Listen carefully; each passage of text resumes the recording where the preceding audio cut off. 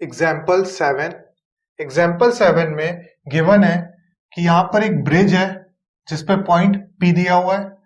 Bridge के नीचे bridge और रिवर के बीच का जो डिस्टेंस है, हाइट जो है 3 मीटर है। ब्रिज ये ए बी हमारी रिवर है। रिवर के 3 मीटर ऊपर एक ब्रिज बना हुआ है जिसपे पॉइंट P है। A और B ये नदी के दोनों किनारे हैं।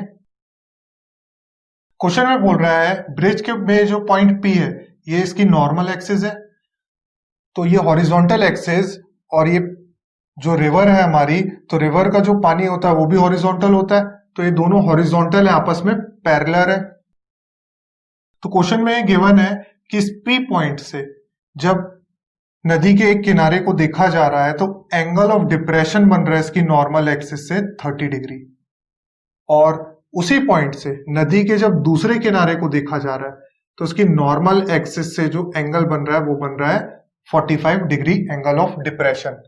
इस एंगल ऑफ डिप्रेशन को हमें कन्वर्ट करना पड़ेगा एंगल ऑफ एलिवेशन में। तो ये दोनों पैरेलल लाइन है, ये लाइन इंटरसेक्ट कर रही है इन दोनों लाइन को, तो हमारा Z बन रहा है। यहां पर 30 डिग्री है तो यहां पर भी 30 डिग्री हो जाएगा, ऑल्टरनेट इंटीरियर एंगल।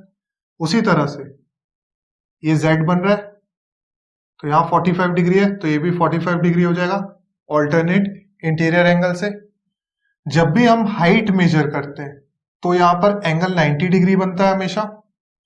हमें फाइंड करना है इस क्वेश्चन में विड्थ ऑफ द रिवर, इस AB की वैल्यू हमें फाइंड करनी है। तो सॉल्यूशन स्टार्ट करते हैं। Let width of river be AB। River की विड्थ को हमने मान लिया AB। अब हम सबसे पहले ट्रायंगल लेंगे PAD।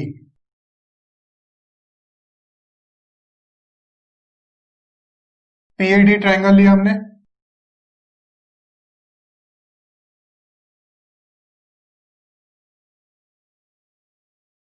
D पे 90 डिग्री बन रहा है, और PD की वैल्यू है 3 मीटर, और A पे जो एंगल बन रहा है वो है 30 डिग्री। अब हम विड्थ जो फाइंड करना है AB की वैल्यू, पहले हम AD निकालेंगे और उसके बाद इस ट्रायंगल से हम BD की वैल्यू निकालेंगे और दोनों को प्लस कर देंगे। तो हमें यहां पर AD निकालना है और साथ में हमें 3 मीटर ये वाली साइड गिवन दी हुई है। AD में दो एंगल बन रहे हैं तो ये हो जाएगा बेस, 90 डिग्री बना रहे हैं, और परपेंडिकुलर। परपेंडिकुलर हमें गिवन है, बेस हमें निकालना, तो P अपॉन B का रिलेशन लेना पड़ेगा। P अपॉन B होता है tan थीटा।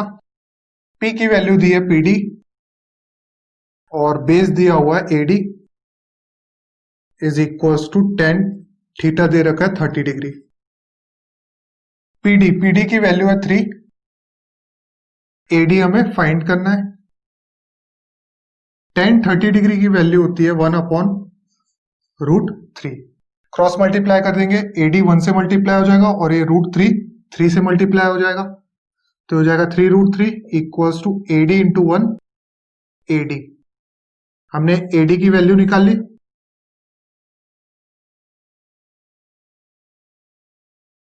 उसी तरह से अब हम दूसरे ट्रायंगल में आएंगे PBD।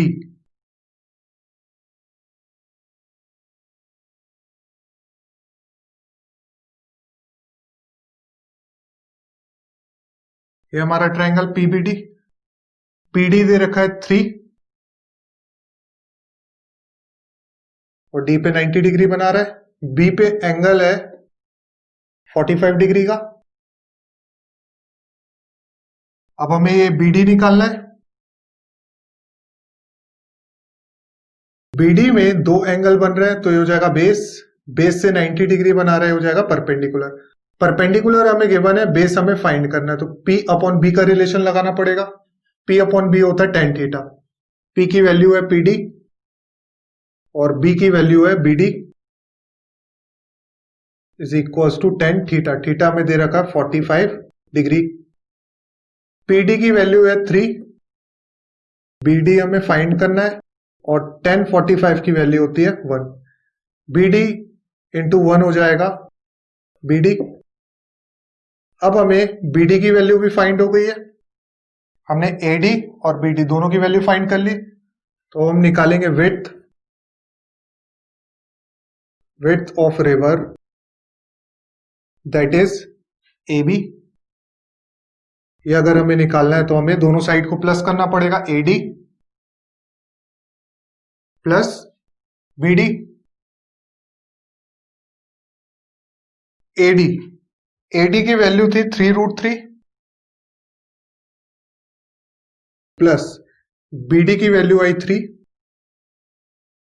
3 दोनों में कॉमन है, कॉमन ले लेंगे, यहां बचेगा √3 प्लस 3 यहां से बाहर चला गया तो बचेगा 1 मीटर। तो हमारी विड्थ ऑफ द रिवर आ गई 3 ब्रैकेट में √3 + 1 मीटर।